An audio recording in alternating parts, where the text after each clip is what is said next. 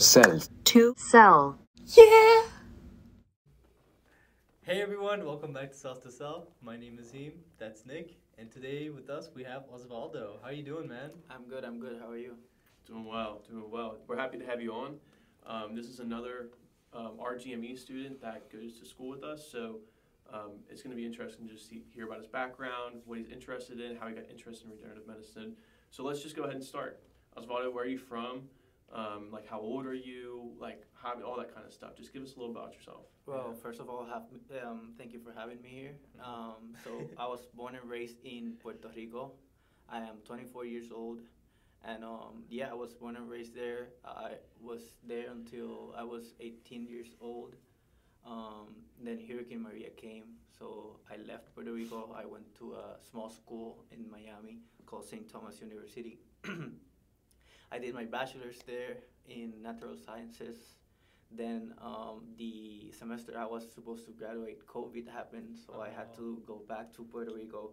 I thought I was gonna be there for like 2 weeks and then go back, and those 2 weeks turned into I There ended up to- yeah, exactly 2 years. I ended up graduating in Puerto Rico. So and after that, my path was trying to get into medical school. I was what I always wanted to do. I did got into medical school after several tries of. Oh, you did? Yeah. No way. Yeah. And then you didn't go? Okay. So I got it accepted into like a program first. So I went there and I did like a semester and I didn't like it. So I did one semester of it, but I didn't like it. So that's when I decided to change path. Did you have an apartment and everything already? And did you buy like the books? No, No? because since COVID was still there, it was the first semester was remote, so I was still in Puerto Rico. So I did it. Medical school. Yeah, so that made it like even worse. That sounds like the worst thing ever. It was hard. It was really hard, but I just tried it because I wanted to go to medical school and I didn't want to waste any more time because it was already like 2 years, year and a half. Yeah, that's crazy. What kind of medicine did you want to do if you were still going to be a doctor? I wanted to become an orthopedic surgeon and like work in sports medicine. Nice. Yeah, I've always played sports, basketball especially.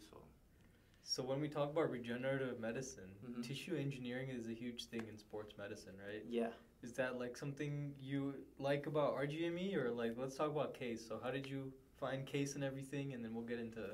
Okay, perfect. So Yeah. I found Case. I always joke about it because it was like in the movies, because it popped up an advertisement email on my inbox. So I just entered.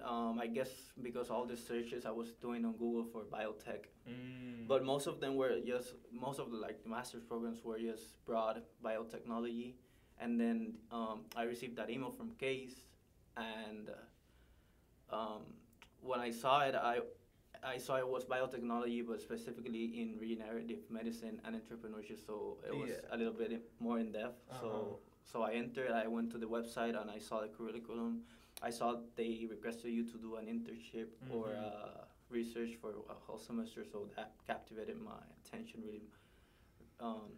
really much. So I just applied for it. So that's how I knew about CASE, and I applied for it, and I got accepted. That's awesome, dude. Yeah. So my biggest question is, and I just want a disclaimer. I've known Osvaldo since we started. We're in the same year. We have all the same classes together. So, Osvaldo and I have been like working very closely together, like classwork and stuff, and just like hanging out.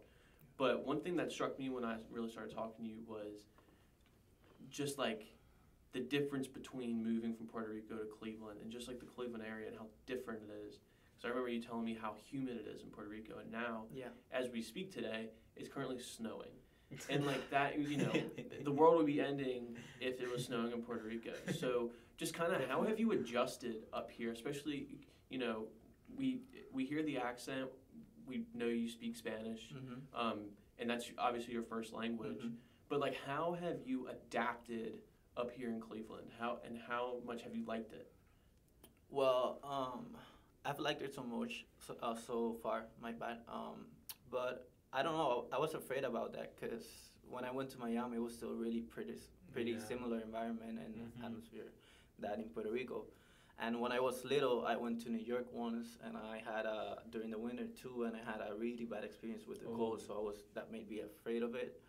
But I'm just like kind of, even though I'm afraid, I actually like always take the step forward and just do it. And when I got here, I noticed that it wasn't really like that bad as long as you have a good coat. So literally. A good coat and some boots, right? Yeah. So I just prepared myself with coats, and mentally, like, I know it's gonna be cold, so whatever. So it's been pretty good, and I've liked it so much. Like, it isn't as bad as I thought it could be. Yeah. So I want to go back to the med school topic just for a second and talk about let's throw away the remote med school for a second. Right. You know, let's just talk about med school in general. So you've gone through the process. You've taken the MCAT. You've gone through the application process, as lengthy as it is, and you got in. You took it twice. Right? And you got in, right? Yeah. So can you like kind of take us through what it was like to get that email and then 6 months later be like, oh my God, I hate this, because there are so many students who are med school, and they get in there and they're like, this is not the right fit for me. So can you just kind of walk us through that thought process that you kind of experienced through that time? And not only that, we're also going to, like, I'd like you to get into how some people quit med school and then go to a completely different field. Mm-hmm. You quit med school and then did something that's like even more in depth, and that's like the future of medicine. Yeah. So like, what drove you to do that? So you just said it. I always thought, even when I was in my bachelor's, I thought biotechnology was going to be the future of medicine. But back then, I thought I was already too deep in. I was in my third year, so I wouldn't change bachelor's. But I always thought biotech was going to be the future of medicine, and even more than becoming a physician, for me was being in the healthcare profession and being able to impact patients' life. Mm-hmm. So, what was the question again? My bad. It was about med So it's school. just like the thought. So it was yeah. just like the process of getting into medical school, figuring out that, hey, this isn't for me. Oh yeah. And you know, like, did you feel relieved, or like were you excited to kind of start a new chapter? Well, yeah. Even before like getting into medical school, the process of I bet you know about it. The process of just studying for the MCAT is really tedious and sacrificing. So it starts there. Then you take the MCAT. It's a really long test. It's a hard test. But I think the bachelor's doesn't actually like prepare you to take the MCAT. So that part is hard. So you get this whatever score you get, and then you apply for it. The application is long. You have to do probably more than one personal statement, and so that's time consuming as well. And when I got in, I was really happy, of course, because finally I was over with that part, and now I was gonna get into it. But then, as we all know, medical school is really sacrificing and time consuming, and you have to basically devote all of your time to study. So that, and being always like locked in my room and basically not going out of my house for maybe days, probably weeks. It was really hard, and I would study, but I wasn't like really motivated to study. And a little bit more personal, I had back then while studying, I had my first and only panic attack. So that was the key moment where I said like, oh, okay, so something's happening here. So I just started talking about it with my girlfriend, with my mom, my family, just to get it out and see other opinions and how people saw me, right, from a different perspective. And my girlfriend once told me, like, you already have your mindset, just do, like, take the decision, make the decision. And eventually I made it. So when I made it, I felt really relieved. I had the support of my mom, my family, everyone, so that made it easier too. Definitely. I've never had that pressure of, no, you have to become, because there's no physician in my family, so. I was really relieved, and now what I learned from that was that you don't need, like, the less thing that you can't do is force things. Yeah. They will come whenever they should come, and the time they should come. And now I'm at my peak educationally, and I'm really happy here in Case. So, So wait, did you know about the masters when you decided to not do med school? No. Or no, so you had no backup or anything? You just didn't. like, this is not for me. Yeah, exactly. I didn't have a backup. I thought I mean, of course, my backup was looking something about biotech because that's what the other thing that I saw I could stay related to the healthcare profession, but I didn't have a backup. Did you know about stem cells, gene therapy? Because I knew. I didn't know too much about it. Yeah, me either. All I knew was CRISPR. Like that's the only thing I know. I knew, and because it went like mainstream. But no, I didn't know about stem cells. I just started doing a little bit of research on what biotechnology was, so doing that research, I started. My mom helped me to contact several people she knew that was like in the more like bio devices field. So I started calling people like maybe to get experience and whatever. And I stumbled upon a researcher for cancer, and I tried to work with her, even like volunteer to work with her in her lab, but I didn't got permission from her PI. But she contact me with another lab from the University of Puerto Rico. It was actually a chemistry lab, and I'm not a chemist, so. But I was just okay. Let's just do it. I want to get experience because they were working with some biotech.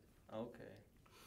And then, like I said, things fall back to the place and their time. So I went and interviewed, and they told me there was one biology project going on, and it related to regenerative medicine because it was a bone regeneration project. So. And I didn't even know about it, so I volunteered and I worked for several months with that project. And now, the postdoc is about to publish a paper, and I'm like co-author. So. Oh, congratulations! Everything, incredible. yeah. So everything like kind of worked out. Nice, man. That's awesome.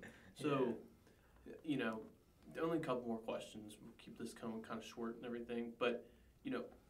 This is important, and I think that it's really cool to hear everybody's answers. But like, what excites you most about regenerative medicine? I understand that you worked in the bone regeneration lab, and that's really cool. But I know that you've expressed things to me throughout classes, and like we both get excited about things. So, you know, what really excites you about this field? Well, the thing that excites me the most is probably like scaffolds and how you can seed cells into scaffolds, stem cells into scaffold, and use them for regeneration, even its ligaments, tendons, or whatever. For me, it's the musculoskeletal system because, like I said, I wanted to be an orthopedic, and I've always played sports, and so I want to do regenerative medicine and combine it with sports medicine and orthopedics. So for me, the most interesting thing is scaffolds, bioscaffolds, and using them to regenerate it. Did you meet Dr. Von Reckham last semester? Yeah, I did. And did you get to talk to him about all the stuff he does? Because him and Dr. Ozan Akis, they both do tissue engineering stuff. Yeah, and they do really cool stuff. So I heard about Ozan. I haven't met him, but I heard about him from one of our colleagues. And then I did spoke to host Von Reckham, Dr. Host Von Reckham, for a little bit, but he like diverted his lab a little bit into like drug delivery. So, but I did also talk to Dr. Somoza, and he works with Dr. Arnold Kaplan. Yeah. Under his lab, and he works with knee. It's not knee, but it's cartilage regeneration. So I did talk to him, and I think the coolest thing about the cartilage stuff, or not cartilage specifically, but tendon and bone. So, you know that little part between the bone and a ligament. Yeah. Those cells have to have properties of both bone and of the muscle. Yeah. So these are highly specialized cells. Yeah, that's the antithesis or something. Antithesis, right? yeah, that's the antithesis, and that's actually we had another lecture for tendons last semester from Dr. Philip McClellan, I think it is. Yes. And then he was talking about that antithesis, and that's actually the hardest. Like that's probably like the only obstacle that's getting like most in tissue engineering. Yeah, for like getting products into like maybe clinical phase 2, 3 or to the market. Yeah, I personally only have one question. I don't know if Heem has any more. Not when, but if. So this is a dual kind of master's program. So we have the regenerative medicine portion where we're studying the stem cells, the biology, the scaffolds. But also the entrepreneurship part is very important. And going forward in this field, it's important, even if you're just going to get your own PhD, that you're still going to have to learn how to fund your lab. If you plan on running a startup or joining a company, you're going to have to understand the finances of how to promote and keep that startup afloat. So do you have any aspirations of maybe owning a startup? And I'm not asking for any specifics, but just was the entrepreneurship part, when you saw that email come across your phone, was that something that had made a red flag go off in your mind and say, that's really cool? Yeah. I thought about it a little bit more in depth when I saw the curriculum and the courses that the program offered. But yeah, definitely because when I saw the internship part, that's where I saw so the internship should be like an industry part with the entrepreneur part of the program, right? So yeah, definitely, and I'm more inclined into industry than academia. So yeah, I would love to start my startup company eventually. Yeah, I'm the same way. I think academia is great. A lot of great things come out of it. We learn a lot from academia, but I agree. I want to get my hands dirty as well and get out there and get my name out there. And in this field, the industry is nothing without academia. So exactly. Yeah. So I mean, we're building off of those people. Exactly. And one's not as important as the other, but it should be. I think it's a collaborative. Collaborative. Yeah. Do you want to take anything back to Puerto Rico? Do you want to help people back there, build labs back there? Because that'd be so cool. This question is always tough, but I've always said since high school, I've always said that I wanted to, I did my first year of college in Puerto Rico. So if it wasn't because of Hurricane Maria, I would still be there, probably. So yeah, I've always aspired to having practice in Puerto Rico and having my when I wanted to become a physician, practice in Puerto Rico, and now that I want to have my own company, have it in Puerto Rico. But also I understand the benefits I have from being here in case and in the United States itself, and so I will take as much benefit and from what I can in this experience, and then eventually if I could take something to Puerto Rico or my whole company to Puerto Rico, well, definitely I think it's something I will really consider to do. Yeah. That's awesome. Definitely. It's really cool. I think one of my favorite things about this program as a whole is just the amount of different people that get to come and experience. We're all in one place together. It's crazy to think that I'm from 4 hours away, Hume's from 4 hours away, but then we have our friend Ria, who's from India. We have Ilaha, who's from Eastern Europe. She's from Azerbaijan. Yeah. Right by Turkey. Yeah. And it's incredible how Emmanuel, he's from. I think he's from Africa. I think he was born in Africa. Yeah. But it's just incredible to see that Case has brought so many people from around the world. They come here, they learn, and then they take everything, back to where they came from. And I think that's so cool how it's almost becoming kind of worldwide. And this is Ohio. Who would have thought, right? Did you know what Case Western was? I did not know. This is really funny. So I didn't know. I actually didn't know where it was. Of course, when I went into the website, I learned where it was. But I didn't know. And also, I didn't know the prestige Case has. So I told my best friend about the program, and I was like, I'm going to apply for it or whatever. He was like, cool, bro. Yeah, let's go. And when I got accepted, he was really happy for it and whatever. So when I started here, and when I started meeting, networking with Dr. Bonfield and all of the guests we had, I was like, bro, I call it, I'm in the epicenter of what I'm studying. So I was like, bro, this is the school. And he was like, bro, I've been telling you, I think you didn't know how big Case is when you applied for it and you got accepted, and now you're realizing. I was like, yeah. That's why I want to use the resources Case has. Like this room is one example of things that I want to do with Case. I mean, I just want to look at every corner of Case, take people, and let's do something. You know, the Sears Think Box on Case's campus. If anybody's watching and they're curious of what it is, just look it up. Sears Think Box. It's think and then box and brackets. The brackets, and it's 7 floors of just innovation. It's like pure innovation, like resources, 3D printers, laser cutters. There's wood shops. There's welding.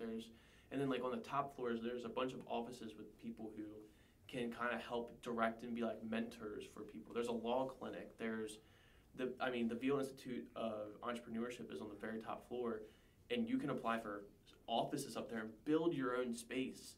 There's a guy up there who 3D prints violins that you play, and he sells them for, I think they're like $350, but I had the opportunity to go in and like kind of see what he does, and it's no bigger than this room, and he has 3D printers and all of his stuff, and he's fully funded, and it is so cool.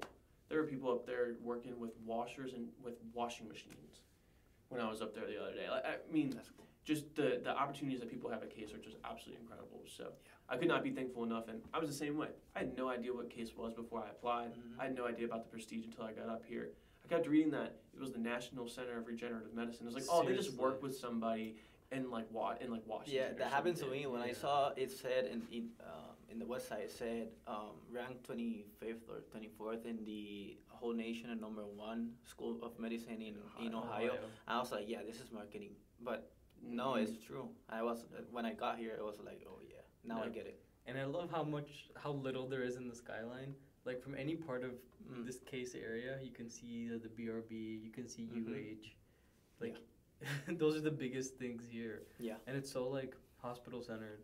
Like, and when you go to Cleveland Clinic, all that area is really beautiful, like the buildings and everything. Cleveland Clinic is a brand in like Miami. Yep. Yeah. There's branches in Miami. There's branches in Dubai. There's branches all over the world, and it makes me think like. Oh, in Dubai, I didn't know. Yeah, like how can Cleveland, like Ohio, have such like amazing presence and such forefront of technology? You would think like California, Boston, places would have more. Like those guys are the biotech or real biotech Boston, people. New York. But like Cleveland, no one would have thought Cleveland. Yeah, definitely never would have thought so. Yeah. All right, well, you got anything else? I'm pretty much done. You got anything? You can ask whatever you want. Osvaldo, do you have anything? Like, do you just have anything you want to say that anybody might watch this? Anybody aspiring to maybe go to med school, or or like an undergrad who kind of doesn't know what they want to do? They're in the biology field, but I actually do have one question. Okay, how did you apply to RGME? So from what perspective? So did you say like, oh, I did research in regenerative medicine, so I'm gonna apply from there? Or did you have like a personal story that you used? No. Or was it purely academic? It was purely academic, yeah. Because when I applied for it, I didn't started the volunteer work for the research, so I didn't know anything about biotech, and it was purely academic, and of course I opted out from medical school, but I didn't want to stop studying, and I wanted to continue my career. So, like I said, I thought biotechnology was the future of medicine.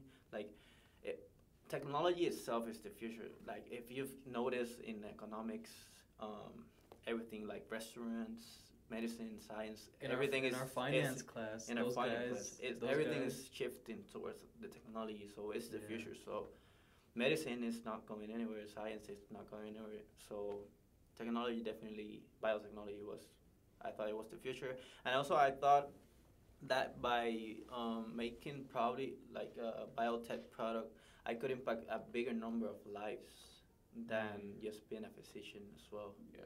So that's what's also like inspired me to like approach this career. Yeah. And for people that go ahead. For people that are trying to go to medical school, like I opted out, but I always encourage, if you want to go and do it, because if you're sacrificed and you're willing and you're okay with devoting your time to studying every single like time second of your life basically, you should do it because it's a really rewarding career anyway. I'm not talking about economically. It's satisfying. It's really satisfying helping people. It's a beautiful career, and so I encourage everyone that really wants to do it. But before you take the MCAT, before like on your bachelor's, really think about it, or maybe before, because it's a tough decision. And what would you say to somebody who's kind of in the middle? They don't know if they want to go to med school, but they also don't know what kind of options they have. What would you say to them? I would say, well, if they're in the middle, they're close to making a decision. So I guess I would say do research and do shadowing, and then try to talk to professionals in both areas and get opinions from people that have been there already, and then get to your own conclusion. But if you can do shadowing and some type of research, that will be good because that will give you both perspective about what to decide. I was gonna say, Case is so medicine focused that like you can tell the humanity of the general people here, like the foundations of the things here. Like in medicine, you just want to help people in general, right? Mm-hmm. Whether they're sick, whether like even preventative medicine, we don't want you to be sick. That's Exactly. still a version of caring. There's so much focus on that level of care here, where I'm just like, I go to other universities and they have like other focuses like supply chain, business, Mm-hmm. they have like agriculture. Case is just so medicine focused, and they have Cleveland Clinic here that it makes me think that the general population of like the student body here are generally like people who want to collaborate and help people, Mm-hmm. because that's the thing we focus in, you know, it's like the industry. Mm-hmm. So like naturally, because of the work we're involved in, it's like you find a lot of good people here. Case is pretty cool. It is. Case is a cool spot. It is. And everyone's really, like you said it, everyone's like really willing to help you, and it's a really healthy environment of like our peers. I our feel like colleagues. the infrastructure of Ohio could get better though. Oh, A little bit better roads, you know. It's like old. Yeah, it is old. Yeah, Case has been here a very long time. Mm-hmm. What was it? Founded in like 1826. 1826. And the you other day I said- was walking and I saw the chapel there is right here, and I was like, that's where I realized like, wow, yeah, this is old. Yeah. 50 years after America was founded, Case started. 1826. 1776 to 1826. 1826. So 1826 yeah. was Case, 1776 was America. It was like Case University and then like Case Institute of Technology Yeah. and Western Reserve. and then Western Reserve Mm. and then they combined at some They point combined, in like yeah. the late 1800s. But yeah, like this campus has been here forever. Wow, So, I didn't know about it. mhm. A lot of history. Yeah, there's tons of history here. Not to mention all the history they've made in the last 5 decades Yeah. Yeah. with Dr. Arnold Kaplan and Big names, Dr. Gerson. Dr. Stan Gerson and Dr. Arnold Kaplan. yeah, Yeah. no, there's some great people. So all right, well I think that's it. Osvaldo, we want to say thank you for coming on. We really Of course, appreciate thank you for having me. Yeah, no problem. It's always great to have students on, just to get that cool background story Mhm. because everybody comes from a different place, Yeah. and there's no two stories that are alike. So we appreciate you coming on. Everyone else, thank you so much for watching. We really appreciate you tuning in again. If you made it this far, we really appreciate it. Remember, you're always welcome to comment, ask questions, like the video, subscribe, and email us too. If you know anybody, if you want to come on, if you're interested, by all means, send us an email. So, all right, well, this has been another episode of Cells to Sell. My name's Nick, and that's Heem, and we'll see you guys next time. See you guys.